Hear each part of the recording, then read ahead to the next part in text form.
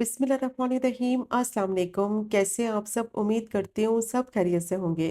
आज बनाएंगे बहुत ही टेस्टी रेस्टोरेंट स्टाइल चिकन भुना मसाला, जिसको चिकन सुखा भी कह सकते हैं। बहुत ही ज़्यादा टेस्टी ये भुना मसाला बनता है।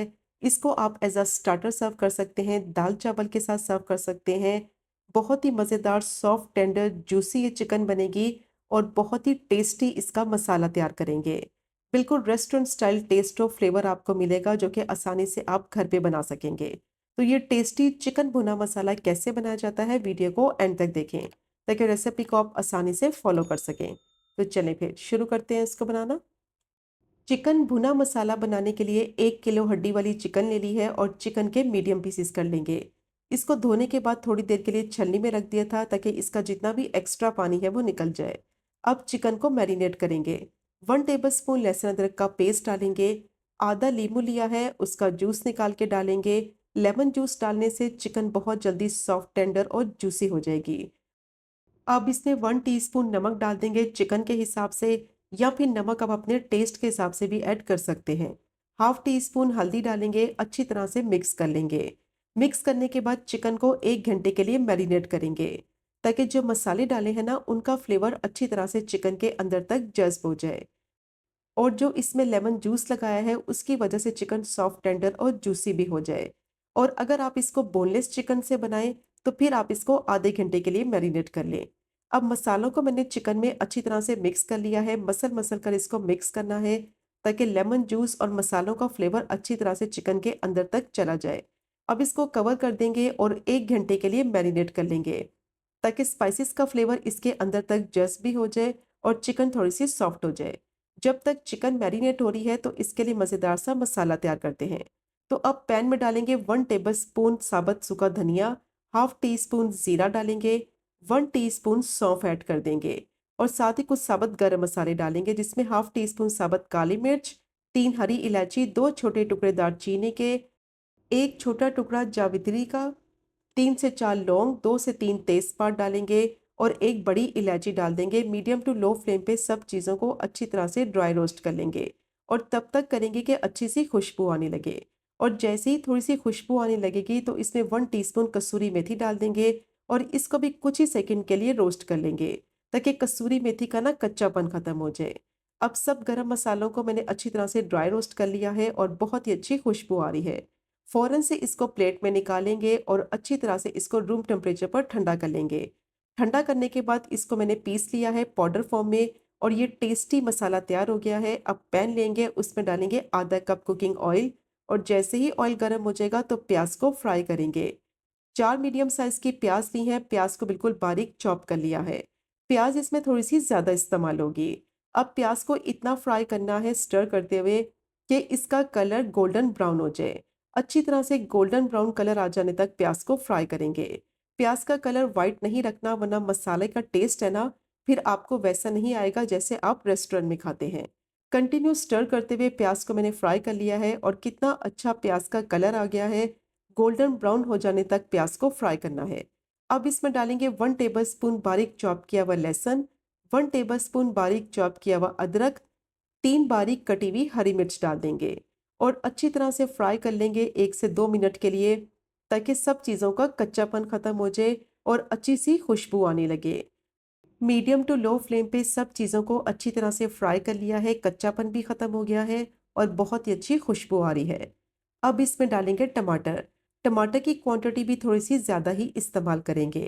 तो 4 मीडियम साइज़ के मैंने टमाटर लिए हैं, बिल्कुल बारीक उनको चॉप कर लिया है। अब टमाटर को इतना फ्राई करना है कि ये सॉफ्ट हो जाएं। टमाटर जैसे ही पकने लगेंगे इनका अपना पानी निकलेगा। उसी में टमाटर अच्छी तरह से पककर सॉफ्ट हो जाएंगे और तब तक इसकी भुनाई करनी है कि टमाटर अच्छी तरह से बिल्कुल मैश हो जाए। कंटिन्यू स्टर करते हुए इसको भूनते जाएंगे ताकि टमाटर का ना मसाला बेहतरीन तैयार हो जाए। तो तकरीबन 6 से 7 मिनट के लिए स्टर करते हुए टमाटर को अच्छी तरह से भून लिया है। ऑयल इसका सेपरेट हो गया है और टमाटर देखें कितनी अच्छी तरह से सॉफ्ट होकर मैश हो गए हैं। अब इसमें डालेंगे मैरिनेट किए हुए चिकन। 1 घंटा हो गया था, चिकन बहुत अच्छी तरह से मैरिनेट हो गई है।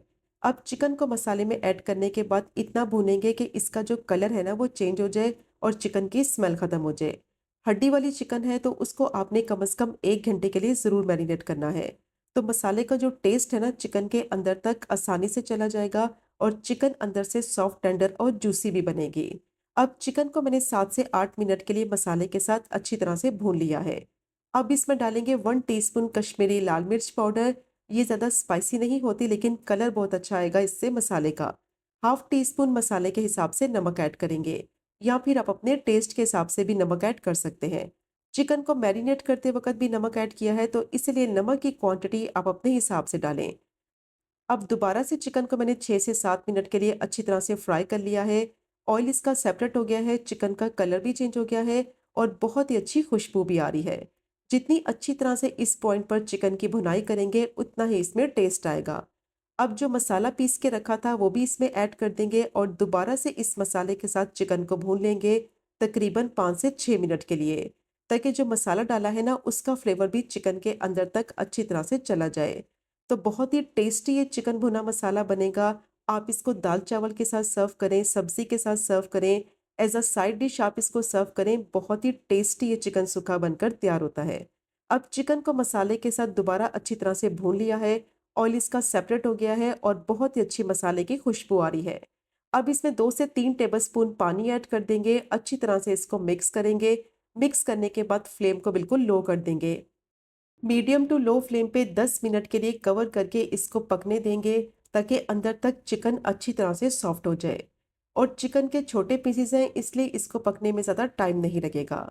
इसलिए इसमें ज़्यादा पानी भी नहीं ऐड करना, सिर्फ मैंने 2 से 3 टेबलस्पून पानी डालकर मिक्स कर लिया है। अब इसको कवर कर देंगे 10 मिनट के लिए, इसको लो फ्लेम पे पकने देंगे। तो 10 मिनट के बाद देखें कितनी अच्छी तरह से चिकन सॉफ्ट टेंडर और जूसी भी हो गई है। मसाला इसका कितना बेहतरीन तैयार हो गया है और ऑयल भी इसका कंप्लीटली सेपरेट हो गया है।